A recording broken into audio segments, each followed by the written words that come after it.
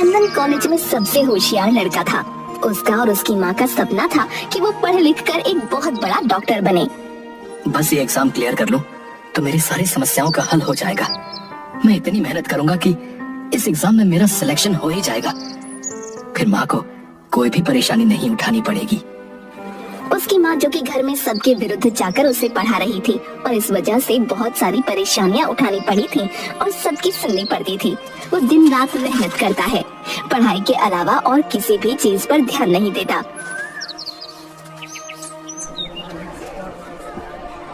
मैंने इतनी पढ़ाई की थी, मेरे दोस्तों में से किसी ने भी नहीं की, लेकिन मेरा ही सिलेक्शन नहीं हुआ। मेरी किस्मत ही खराब है। मैं क्या कहूँगा घर पर सबको। घर पर, अरे बेटा तू आ गया, मैं कब से तेरी राह देख रही हूँ। चंदन कुछ नहीं कहता और घर में आ जाता है। अरे क्या हुआ, इतना परेशान क्यों है? माँ, मैंने जो डॉक्टर के लिए परीक्षा दी थी ना, उसमें मैं पास नहीं हो पाया माँ। लो, मैंने तो पहले ही कहा था कि साहबजादे पर इतने पैसे खर्च करने की कोई जरूरत नहीं है। इससे तो अच्छा होता कि खेती में ही मेरा हाथ बटाता। चंदन को उसके पिता की बात सुनकर और भी ज्यादा बुरा लगता है। अरे पगले, तू उदास क्यों होता है? पर माँ, तुम्हारा सपना मैं पूरा नहीं कर पाया। आपने कितनी परेशानियां उठाकर, सबके ताने सुनकर मुझे इतना पढ़ाया लिखाया, पर उसका कोई मतलब नहीं हुआ। कोई हक नहीं है मुझे जीने का माँ, कोई हक नहीं है। और रोने लगता है। अरे पगले, ऐसी बातें क्यों कर रहा है? तेरी माँ भी जिंदा है, तुझे किसी भी बात की फिक्र करने की कोई जरूरत नहीं है। ऐसा कहकर चंदन अपने कमरे में चला जाता है। तब से चंदन ना कुछ ठीक से खाता और ना ही उसका किसी काम में मन लगता, बस दिन रात परेशान ही रहता। उसकी माँ उसे समझाने की बहुत कोशिश करती, लेकिन वो इतना उदास था कि खुद को संभाल ही नहीं पा रहा था। एक दिन चंदन अपने दोस्तों के साथ बैठा होता है। यार, तूने तो हम सबसे ज्यादा पढ़ाई की थी, बता। मुझे तो ये समझ ही नहीं आ रहा कि तेरा सिलेक्शन क्यों नहीं हुआ यार। अरे हाँ भाई, मैंने तो कॉपी तक नहीं खोली थी, पर मुझे देख, मेरे तुझसे ज्यादा नंबर आए थे। उन सब की बातें सुनकर चंदन और भी ज्यादा उदास हो जाता है। अब ना तो वो घर से बाहर निकलता और ना ही किसी से बात करता। एक दिन, अब मैं तंग आ गया हूँ रोज रोज के ताने सुन सुनकर। बस अब मैं और नहीं सह सकता। हाँ। फिर एक रस्सी लेकर कमरे में लगे हुए पंखे से बांध देता है और खुदकुशी करने की कोशिश करता है। तभी वहाँ निर्मला आ जाती है। उसके हाथ में खाने की थाली थी। बेटा, ये तू क्या कर रहा है? क्या तू मुझे जीते जी मारना चाहता है? पर माँ, मैं क्या करूं? सब कुछ खत्म हो गया। मैं सिर्फ आपकी परेशानियां बढ़ा रहा हूँ। इससे तो मेरा मर जाना ही ठीक होगा माँ। बेटा, तू मेरी परेशानी नहीं है। तुझे देखकर ही तो मुझे जीने की हिम्मत मिलती है, और भगवान है ना, वो सब ठीक कर देगा। तू बस भरोसा रख। अगर भगवान होता तो हमारी ये हालत नहीं होती माँ। मेरे पास तुम्हारा इलाज करवाने तक के पैसे नहीं है माँ। चंदन की माँ को किसी वजह से कमर में बहुत दर्द होता है। उनके इलाज के लिए बहुत से पैसों की जरूरत थी। पगले, ऐसा नहीं कहते, हम उसकी मर्जी के आगे कुछ नहीं कर सकते। अगर हमने कभी भी किसी के साथ गलत नहीं किया तो भगवान हमारे साथ बुरा नहीं होने देंगे। तू बस थोड़ा सब्र कर, सब ठीक हो जाएगा। और खबरदार, अब तू अगर ऐसे उदास बैठा तो। चंदन को उसकी माँ की बात सुनकर प्रोत्साहन मिलता है। चंदन सो रहा था, तभी उसके पिता आकर चिल्लाने लगते हैं। ओ साहबजादे, ओ, दिन भर बस ऐसे ही पड़े रहोगे या कुछ काम भी करोगे हैं? प्रताप एक बहुत ही गुस्सैल आदमी था। उसे उसकी बीवी और बच्चे से कोई मतलब नहीं था। चंदन परेशान सा उठकर खड़ा होता है। चल उठ और मेरे साथ खेतों पर चल चल। माँ, पिताजी मुझे डांटते ही क्यों रहते? वो कुछ समझते क्यों नहीं? उन्होंने आज तक मेरा साथ नहीं दिया। अरे बेटा, तू फिक्र क्यों करता है? तुझे तो उनकी आदत का पता है ना। जा और अब उनके साथ जाकर खेत में हाथ बटा दे। थोड़ी देर बाद चंदन अपने पिता के साथ खेत पर चला जाता है। पिताजी, ये हमारे खेत की फसल इतनी खराब क्यों हो गई? तो कहना क्या चाहता है? कि मैं खेती अच्छे से नहीं करता? मैंने ऐसा कब कहा? मैं तो बस यही कह रहा था कि फसल अच्छी नहीं हुई ना, आप इतना भड़क क्यों रहे हो? अच्छा, मैं भड़क रहा हूँ। अब तू मुझे बताएगा कि खेती कैसे करते हैं? इतने सालों से मैं तुझे खेती करके ही तो पाल पोस रहा हूँ, समझा? पिताजी, मेरा वो मतलब नहीं था।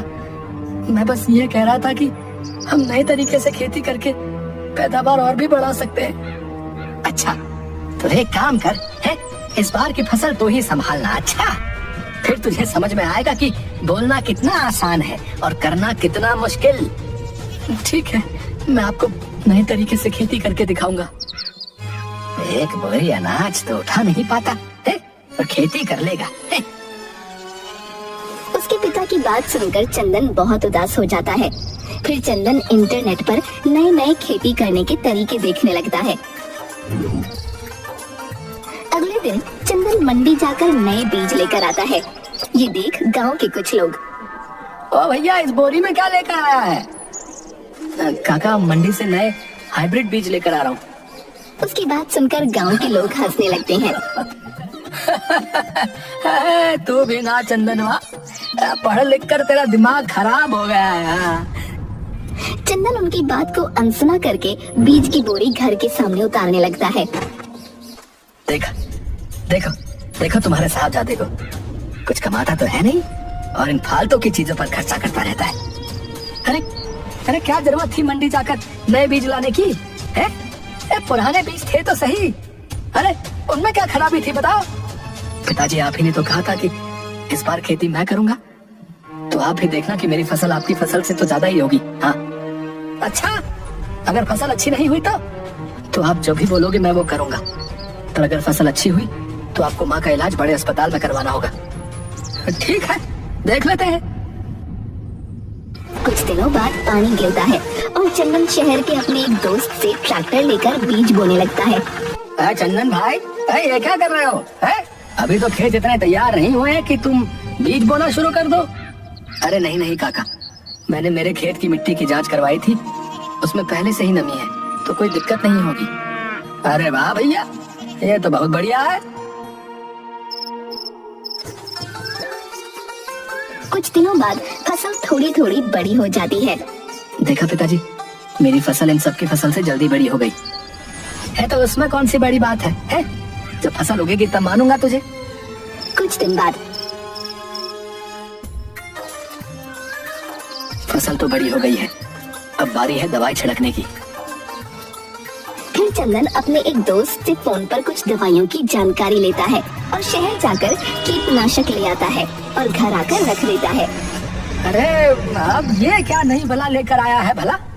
पिताजी, ये कीटनाशक है, इनकी वजह से फसल को कीड़े नहीं खाएंगे और खेत में खरपतवार भी नहीं होगी।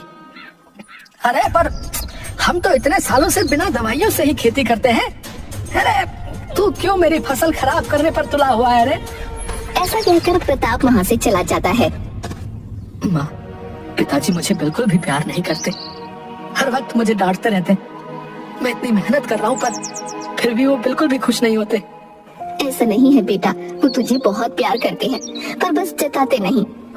अब तू जा और जाकर अपनी मेहनत और अपनी सूझबूझ से सबको दिखा दे कि तू बेवकूफी नहीं कर रहा। मुझे तुझ पर पूरा विश्वास है। निर्मला की बात सुनकर चंदन को अच्छा लगता है और वो जाकर खेत में कीटनाशक उड़ाता है। दिन भर मेहनत करके जब चंदन रात को घर आता है तो बहुत ही थक जाता है। अरे चंदन, आजा खाना खा ले। नहीं माँ, मैं नहीं खा पाऊंगा। क्यों, क्या हुआ? फिर चंदन अपने हाथ दिखाता है। अरे तेरे हाथों में तो छाले पड़ गए, तो रुक, मैं तुझे मलहम लगा देती हूँ। निर्मला उसके हाथों में लेप बनाकर लगाती है। चला जा, आज मैं तुझे अपने हाथों से खाना खिलाऊंगी। निर्मला चंदन को अपने हाथों से खाना खिलाती है। अगले दिन सुबह, अरे प्रताप भैया, प्रताप भैया, अरे अरे चलकर खेत पर तो देखो, अरे क्या हो गया? अरे भाई तुम जरा चलो तो, तुम्हारे खेत में अनाज का एक पौधा नहीं बचा भैया। क्या बात कर रहे हो? हाँ हाँ, शायद चंदन ने जो कीटनाशक उठाया था ना, शायद उसी वजह से। पर उससे तो कोई दिक्कत नहीं होती, उससे तो फसल भी बहुत ही। अरे चुप, मैंने तुझे कहा था कि ये खेती बाड़ी तेरे बस की बात नहीं है। तो फिर तो क्यों अपनी मूर्खता को जग जाहिर करने की कोशिश करता है रे? फिर सभी गांव वाले खेत पर जाकर देखते हैं। फसल मुरझा गई थी। नालायक, देख, तेरी बेवकूफी की वजह से मेरी सारी फसल खराब हो गई। अब बता, इसका खामियाजा कौन देगा, बता। अरे भाई, ये खेती करना तुम्हारे बस का नहीं है भैया। हाँ, कमर टूट जाती है, हाँ, तब जाकर भी फसल की सही कीमत नहीं मिल पाती, और तुम चले नए तरीकों से फसल उगाने। हैं? तुझे इतना ही खेती करने का शौक है तो मेरे यहाँ काम करने के लिए आ जा। मैं तुझे अच्छे से सिखा दूंगा कि खेती कैसे करते हैं, और बदले में पैसे भी दूंगा। वैसे भी कॉलेज में फसल उगाना नहीं सिखाते होंगे ना। अच्छा जमींदार काका, तो आप ये कहना चाहते हैं कि जो पढ़े लिखे होते हैं वो खेती करना नहीं सीख सकते? हाँ, इसीलिए कहता हूँ कि मेरे खेतों में काम करने आ जा। मैं तुझे अच्छे से खेती करना सिखा दूंगा।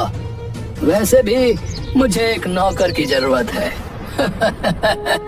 कम से कम तू बेवकूफी करना तो बंद कर देगा।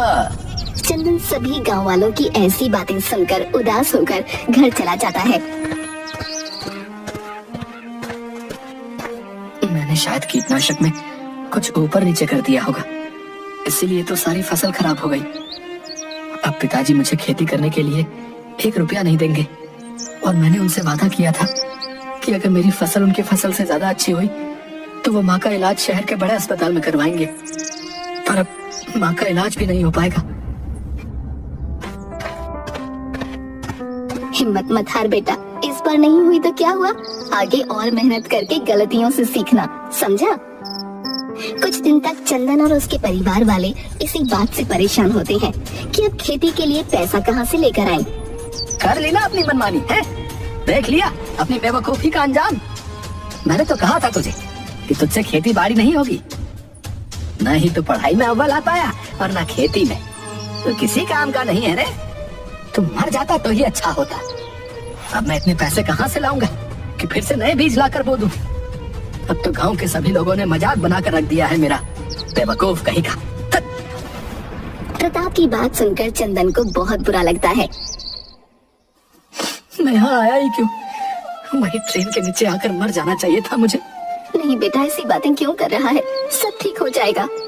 करीबन 1 हफ्ते बाद चंदन उदास मन से अपने खेत की तरफ जाता है और देखकर बहुत खुश हो जाता है। ये तो चमत्कार हो गया। मेरी फसल पहले से भी ज्यादा अच्छी हो गई। पर ये हुआ कैसे? उस कीटनाशक से तो पूरी फसल खराब हो गई थी। फिर चंदन दौड़ा हुआ अपने घर जाता है। पिताजी, वो हमारी फसल। अरे अब क्या हुआ? अरे पिताजी, हमारी फसल पहले से भी बहुत ज्यादा अच्छी हो गई, गांव में सबसे अच्छी। क्या? हाँ पिताजी, आपको यकीन नहीं आता तो आप खुद ही चलकर देख लीजिए।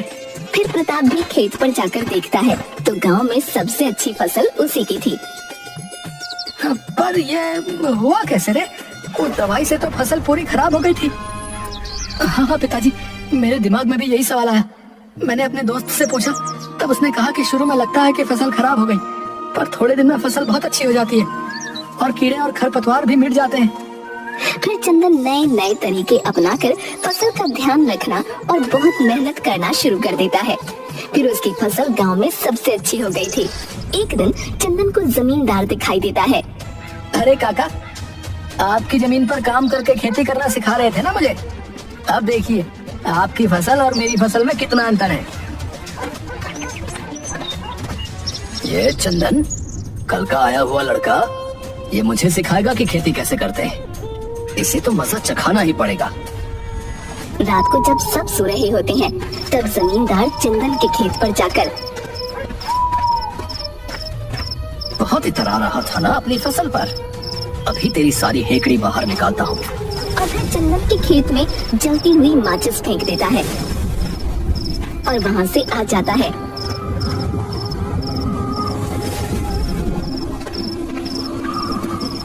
पर वो अपने घमंड में ये भी भूल जाता है कि उसका खेत भी पास नहीं है। अब आएगा मजा। चंदन का चेहरा तो देखने लायक होगा। वाह ठाकुर वाह। अगली सुबह जमींदार उठकर घर के सामने दातुन कर रहा था। अरे जमींदार साहब, अरे आप इतने शांत होकर यहाँ दांत साफ कर रहे हैं? और वहाँ गांव के खेत में जो है आपकी आग लग गई है। बेचारा चंदन, बहुत बुरा हुआ ना उसके साथ। क्या? पर आग तो आपके खेतों में लगी है। क्या? मेरे खेतों में आग? ये कैसे हो सकता है? मेरी फसल, मेरी फसल। ऐसा कहकर अपनी धोती संभालकर वो तुरंत अपने खेतों की तरफ भागने लगता है। क्या किया तूने मेरे खेतों के साथ? ये सब तूने किया होगा ना? अरे नहीं नहीं काका, मैंने कुछ नहीं किया। मैं तो हर रोज की तरह अपने खेत को देखने आया था और यहाँ आकर देखा तो आपके खेत में आग लगी हुई थी। वो तो गनीमत हुई कि मेरी फसल को ज्यादा नुकसान नहीं हुआ। अरे हाँ जमींदार साहब, और इसी के सूझबूझ की वजह से तुम्हारी और आसपास के लोगों की फसल बच पाई है, नहीं तो पूरे गांव वालों की फसल खराब हो जाती। पर ये कैसे हो सकता है? मैंने तो तेरी फसल में आग लगाई थी और ये आग मेरे खेतों में कैसे लग सकती है? क्या आपने मेरे खेतों में आग लगाने की कोशिश की थी? पर क्यों? मेरी तो आपसे कोई दुश्मनी भी नहीं है। वो कहते हैं ना कि जो दूसरों के लिए गड्ढा खोदते हैं वो उसी में खुद गिर जाता है। ये सारी बातें गांव का सरपंच सुन रहा होता है। ठाकुर, तूने बहुत ही गलत किया। इसकी सजा तो तुझे मिलेगी। तेरी वजह से चंदन का जितना भी नुकसान हुआ है उसका दोगुना मुआवजा तुझे चंदन को देना पड़ेगा। और हाँ चंदन बेटा, मुझे तुझ पर गर्व है कि तूने नए नए तरीके अपनाकर इतनी अच्छी खेती की और अब तू गांव के लोगों को भी आधुनिक तरीके से खेती करना सिखाएगा और उन्हें बीज और कीटनाशक दवाइयों के बारे में भी बताएगा। ये सुनकर चंदन बहुत खुश हो जाता है। और हाँ, एक और बात, मैंने सुना है कि तूने डॉक्टर की पढ़ाई की है। हाँ सरपंच साहब, पर मैं उसमें पास नहीं हो पाया। मैं बहुत दिनों से गांव में एक अस्पताल बनवाने की सोच रहा था, पर कोई भी शहर का डॉक्टर गांव आने के लिए तैयार ही नहीं था। तो जब अस्पताल तैयार हो जाएगा तब उस अस्पताल में तू काम करना और हमारे गांव के लोगों का इलाज करना। ये सुनकर चंदन बहुत ही खुश हो जाता है। मुझे माफ कर दे मेरे बच्चे, मैंने तुझे बहुत ही भला बुरा कहा। अरे नहीं नहीं पिताजी, आप माफी क्यों मांग रहे हैं? आप ही की डांट की वजह से तो मैं यहाँ पर हूँ। प्रताप चंदन को गले लगा लेता है। अरे पर अपना वादा तो नहीं भूले हो ना? देखिए, मैंने आपसे अच्छी फसल उगाई है। आपने मुझे वादा किया था कि आप माँ को शहर के बड़े अस्पताल में दिखाओगे और वहाँ पर मैं भी माँ को मॉनिटर करूंगा। हाँ हाँ, याद है मुझे।